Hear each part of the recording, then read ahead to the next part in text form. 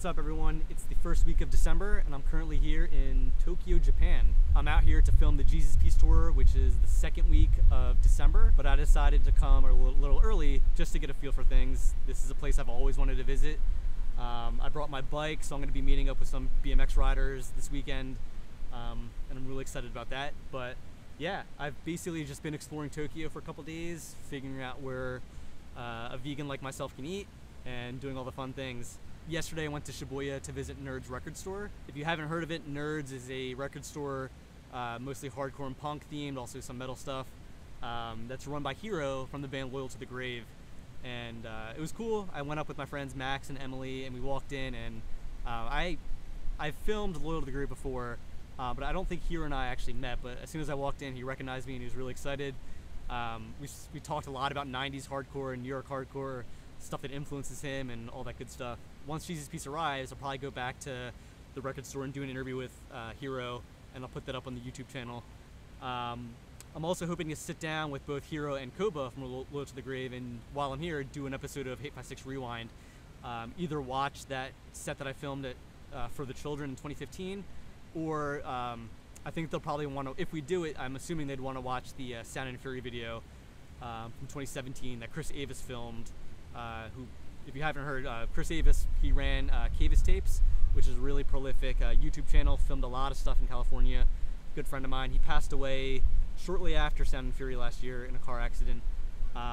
His family sent me his hard drives, and I finished all of his unfinished work. So that Loyal to the Grave set was a really incredible set, and Hiro was telling me that video got them a lot of good publicity. So I was really humbled to hear that, and I think if Chris is somewhere hearing this, I'm hoping he appreciated that, knowing that his video really helped that band.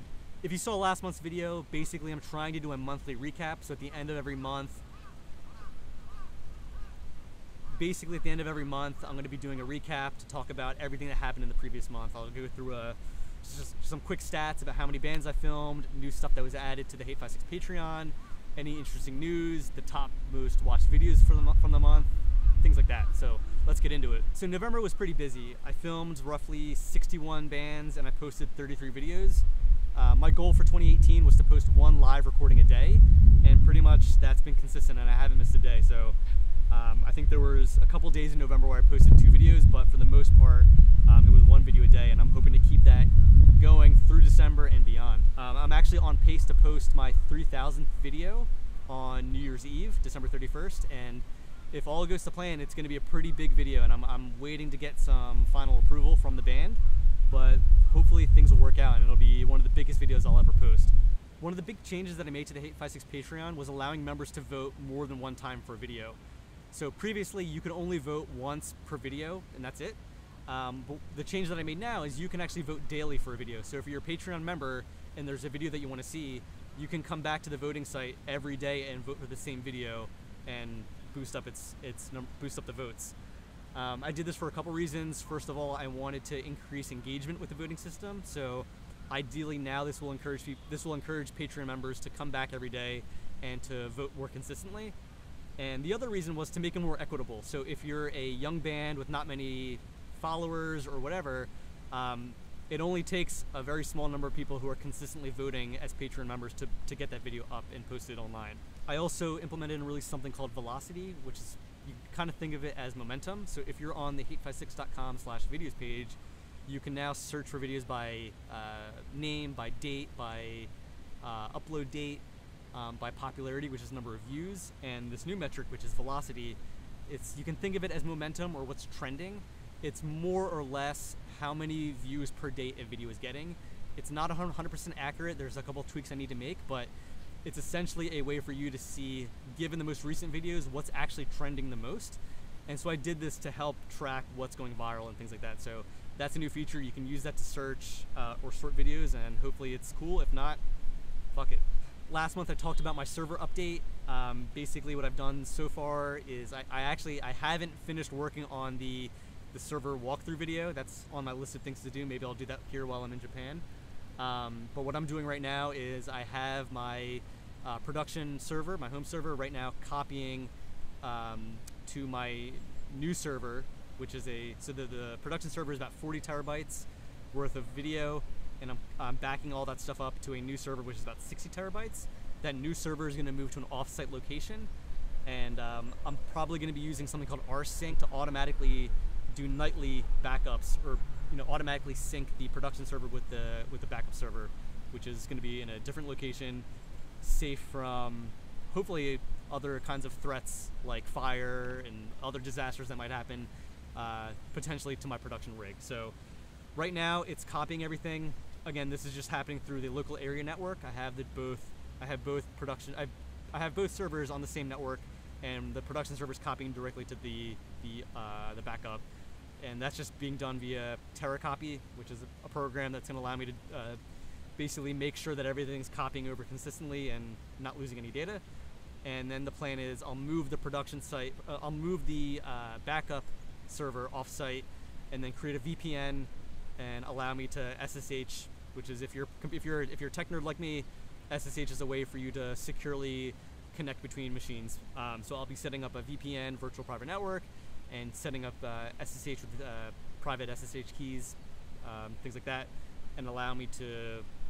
This is all fucking really technical. I don't think this matters to anyone, but basically, it's gonna be really a robust way for me to have the two servers communicate with each other. So another big news: the hate5six Instagram broke through the 50,000 follower barrier, which is pretty crazy.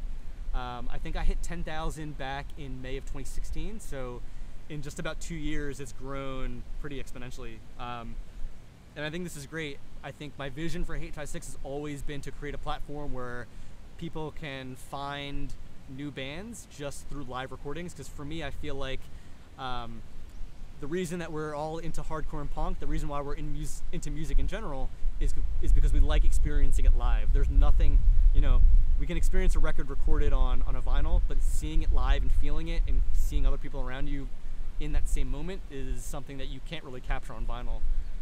And you can't really capture it on video either, but for me, a well-recorded video and a well-produced live video is a way to bridge that gap. And so to see the Instagram and the YouTube, I think my YouTube subscription count is about 40,000 now. It's just really great to finally have a platform now where people are coming to hate5six knowing that they can find high-quality live recordings and find their new favorite band.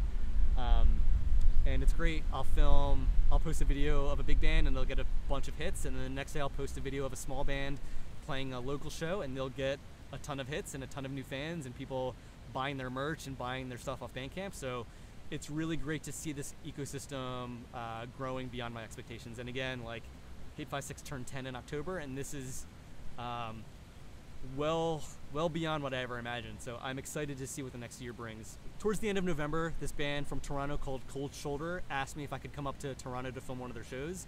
They were doing a benefit for Toys for Tots, and it was mostly local bands from Toronto and the Ottawa area.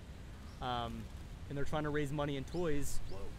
Basically, they were putting on a benefit for Toys for Tots, and they wanted me to come up. They said that having hate5six coverage of the show would be big for their scene. And they asked me if it would be possible to come out and do it. And incidentally, I actually have a lot of Patreon membership coming from the Toronto area. And so when it comes time for me to decide whether I can go to place A or place B, I'm actually looking to see where the Patreon support is coming from. And the way I look at it is I want to give back to the communities that are supporting me and supporting hate5six. That actually subsidize a lot of the cost for me to come up there. And so the Cold Shoulder guys, they put in the effort to get me out there, gave me a place to stay, they showed me around, helped me with some accommodations, things like that. And it was amazing. I had a great time really just meeting everyone in that scene and seeing what they got going on. And Adam from Cold Shoulder was the one who put that show on, and I know he's been booking a lot and trying to keep the scene up there thriving. So as of today, the Sedition set went up. That's a set you should definitely check out. That was their second show, but they played so well and the crowd was going so crazy for them that I thought it was their 100th show. There was a point during the set where Lance, the singer, threw nunchucks in the crowd. Hey yo, we got told not to bring chairs. I got fucking nunchucks though.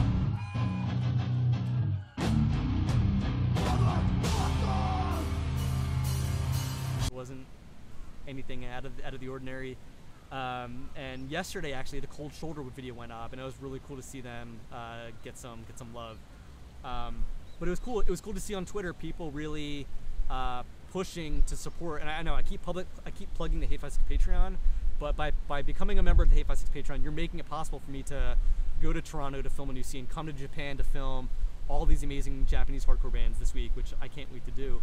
But yeah, people on Twitter were really pushing other people to sign up on the Patreon and vote for all those local bands so that those videos could come up sooner than later. While all this was happening, someone in Tokyo saw that I was here and he tweeted at me saying like, hey, you should come out and film my band's show. I think he's in the band Cruelty.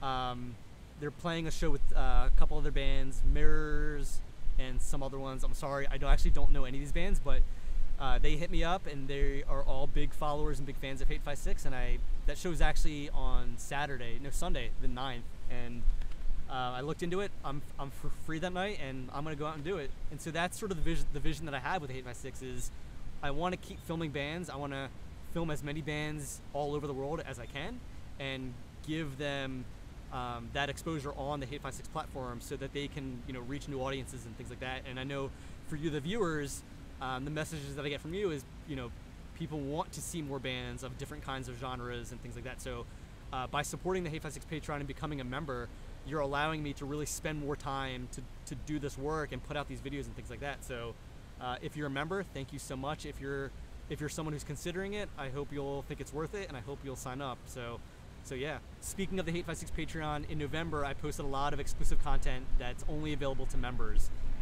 So this is another incentive for your people to sign up and become a member to the hate5six Patreon. You'll get access to all kinds of stuff. So in November I posted a new episode of hate5six Rewind. This was an episode with Year of the Knife. We sat down and watched their This Is Hardcore set, and that was a really fun set to watch with them because that I think was a turning point for them. We actually had a lot of fun with that episode that we recorded. Another episode that was at a small VFW hall in Delaware. That should be coming out later this month in December. Another series I'm running is called Rough Cuts, and so this is for people who are really excited to see stuff from This Is Hardcore, but they don't want to wait for the final video. So I posted a rough edit of 10 Yard Fights, a reunion set. This is a single camera, no soundboard feed. It's as raw as you can get. So I know a bunch of people watched that. They were really into it because I understand that it takes a long time for the final versions of This Is Hardcore videos to come out. So I feel like the rough cuts are a fair compromise. So if you're a member, you can access them and you can watch them and get your fix out of the way. November was also a big month for the This Is Hardcore drum cams. I released drum cams for All Out War, Archangel, and E-Town Concrete. So if you're a drummer who wants to watch drum cams with isolated soundboard feeds, this is where you should go and watch them. So I've posted again All Out War, Archangel, and E-Town Concrete, and I think I have another 4 or 5 already up from previous months. It's already, you know, we're in the first week of December. I already posted the Knock Loose drum cam, and I might do 1 or 2 more this month. So definitely check that out. Let's quickly go through the top 10 most watched videos that were posted in November. First up was Knock Loose.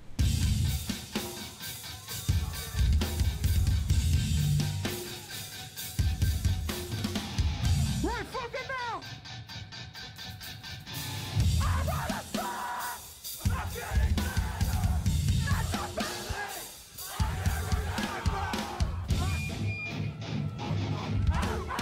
To no one's surprise, this video got a fuck ton of hits in the first 2 days.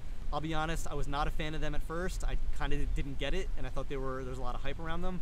But after seeing them in Philly back in April and actually sitting down and talking to them, I realized that they're the real deal and they are in it for the right reasons and really doing amazing work for growing the hardcore community and reaching new audiences and bringing new audiences in to the scene, and I think that's really powerful. Next up was Harm's Way. So there's actually a bunch of videos in the top 10 are from the show. This is the Harm's Way Terror Year of the Knife Candy show at Voltage Lounge in Philly.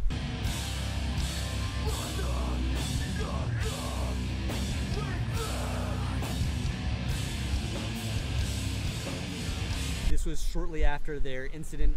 They had their van broken into and they got all their gear stolen. The hardcore community rallied together and raised a bunch of money, so hopefully they're back on their feet. But that set came in number 2 with the most number of views. Next up after them was Terror.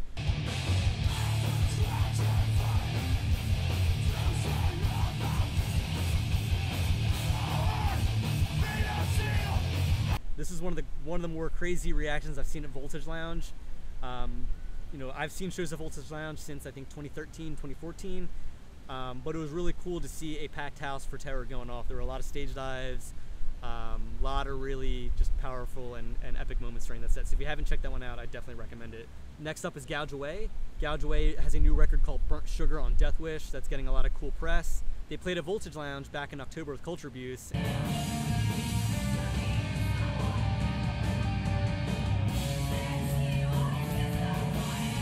I actually sat down with Gouge Away at the end of November to watch that video, and we did an episode of Rewind, which should be coming out in later in December. So I hope if you're a Patreon member, you'll definitely check that one out. It's a fun one.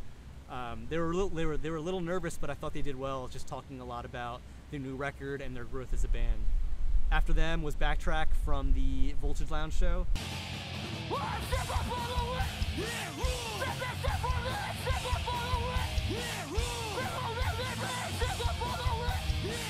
Again, it's cool to see all the bands from, or most of the videos from the same show reaching the top 10. Backtrack always puts on a good show, and it was really nice to see them get the love that they deserve in Philly. Next up after them was Year of the Knife at, again, Voltage Lounge.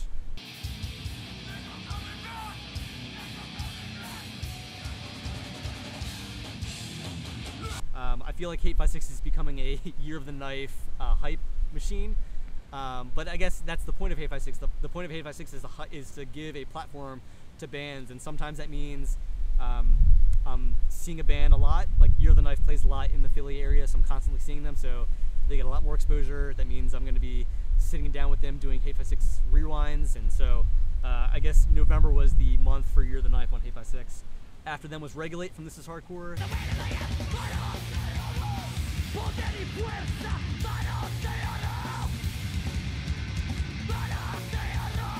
This is another multicam.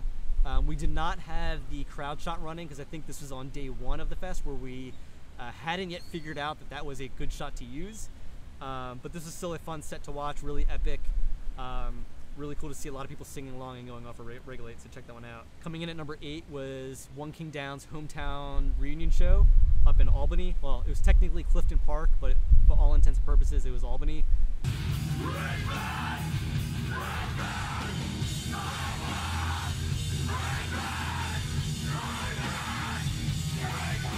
This is a fun show. It was actually in a shopping center.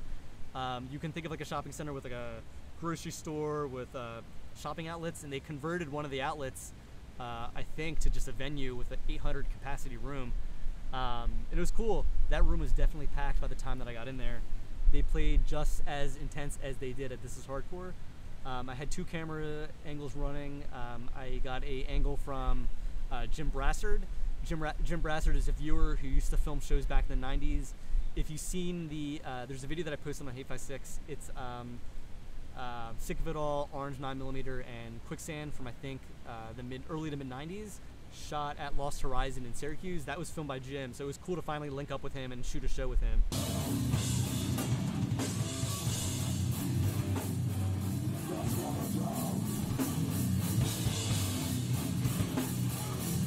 Coming in at number 10 was a band called Blame God.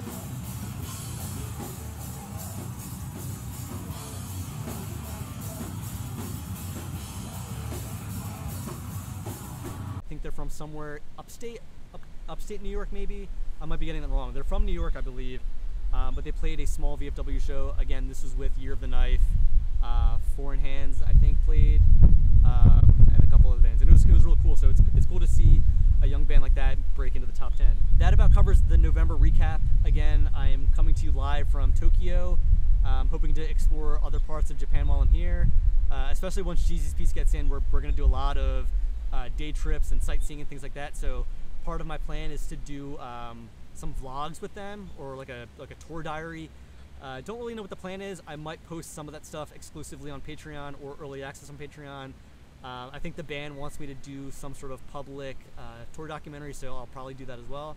So still trying to figure that out, trying to find the right balance between exclusive stuff on Patreon, but also keeping stuff available for the public, because I don't want the Patreon to be 100% only for this and that. I'm trying to find the right balance between stuff that's only for Patreon members to help keep it possible for me to keep producing all the live videos and filming and traveling and paying for the multiple cameras and paying the sound engineers. I need to have some content exclusive to make that possible, but I want to find the right balance where I am also making extra bonus content that is available for free on the YouTube channel. So I hope you'll bear with me, because I think this is definitely a learning experience for me, and I'm trying to find a right balance between making it possible for me to do this sustainably, but also making it possible for any people who don't have the resources to really get as much as they can out of hate5six. So yeah, that about covers it, and I'll see you guys next month. See ya.